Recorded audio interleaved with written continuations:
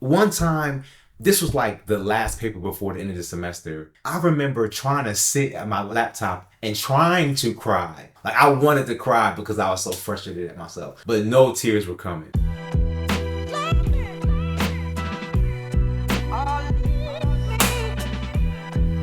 I remember there were times when I would wait till the last minute to do my term papers in school. One time, this was like the last paper before the end of the semester. I remember trying to sit at my laptop and trying to cry because I felt like the only cathartic release to that frustration was tears. Like I wanted to cry because I was so frustrated at myself, but no tears were coming. I understand procrastination at that level.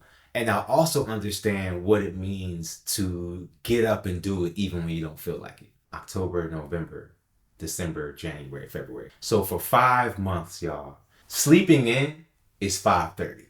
So 5 o'clock in the morning, I'm running 2 miles. The other day, I was driving home from work and was like, this is a video. And while I should have pressed record, I didn't because I wanted to be present in that moment. And when I got home, I said to my wife, this is incredible. Do you know anybody who is doing what I'm doing right now? And what I'm talking about is my commute. How long is your commute to work? I want you to put that in the chat, in the comments. My commute is 2.5 hours.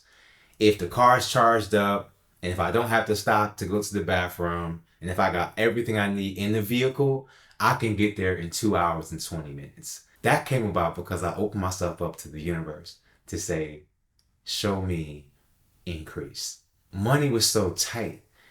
We found this prosperity class, and the whole premise of the class was tithing. 10% of everything you make, whether it's time, finances, whatever you got, you give 10% of it. And so the process of tithing our income radically shifted not just what was coming in, but also the ideas that was coming in.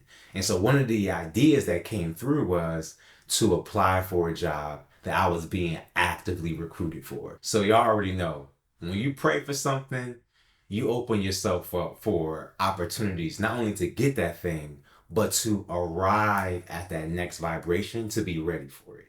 So when we said, universe, we ready for our financial abundance, what that meant was we had to elevate and rise to a level to be able to receive that next level. And that rising looked like my commute to a completely different city. What is discipline and how do we get it? If this could be solved with one bite-sized piece of wisdom, it would be solved. But the reality is all of us are different and all of us have different access points. All of us have different things that inspire and motivate us. I gotta say, the book that helped me the most with discipline, the autobiography of Malcolm X. And it really started even earlier than that because when I was a kid, I don't even know when the film came out, but I was probably 11 or 12. This was back in the day of bootleg. My uncle had gotten us a copy of Malcolm X. My mom had this 13-inch TV, and it was the only TV that had like really decent quality because the other TV was one of those old school box with the wood panel on the side, and you had to smack it.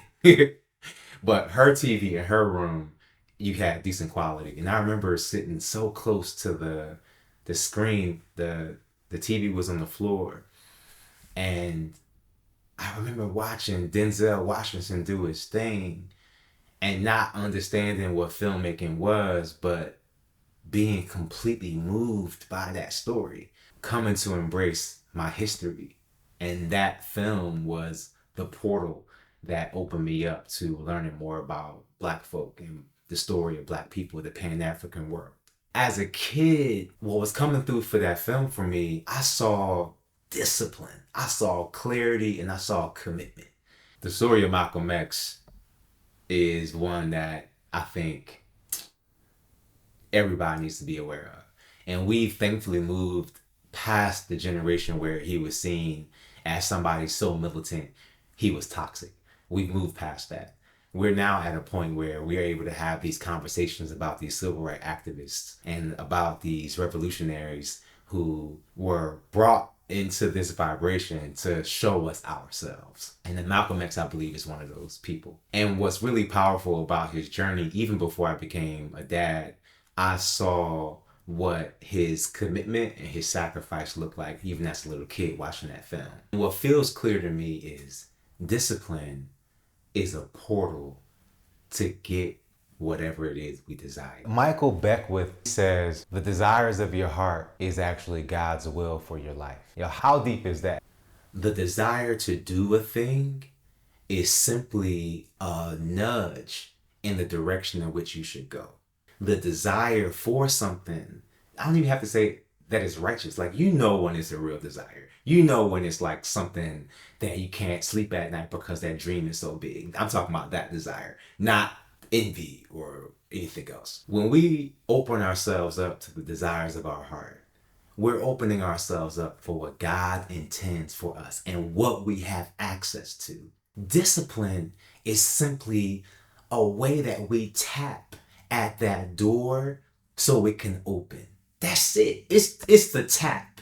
It's not the key. It's not the access code. It's not the sledgehammer to like break that lock.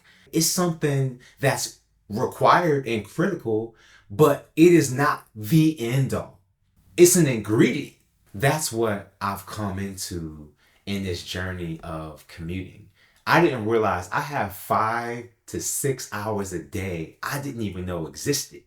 That time has become an opportunity for mindfulness, for meditation, for clarity of ideas. I mean, me finishing my feature film, my debut feature film, even to this right here, has expanded because of that quiet time. And sometimes I'm like listening to music, you name it. But I had to rise up into a vibration to be able to receive that next level. Me saying yes to that money figure is saying yes to the opportunities that come along the way. Dare I say challenges, because really they're opportunities for expansion. That discipline, if you will, that getting up even when I don't feel like it, that rolling out of bed even though I wish I could press a snooze button, I'm showing up for myself. Discipline is a necessary ingredient. The yeast in the bread. You could have your flour, you could have your water, you could be ready to knead that thing, but without yeast, it's not rising.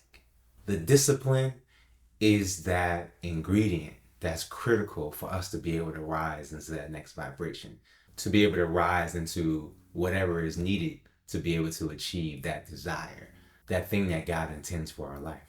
I see you on the other side. Peace.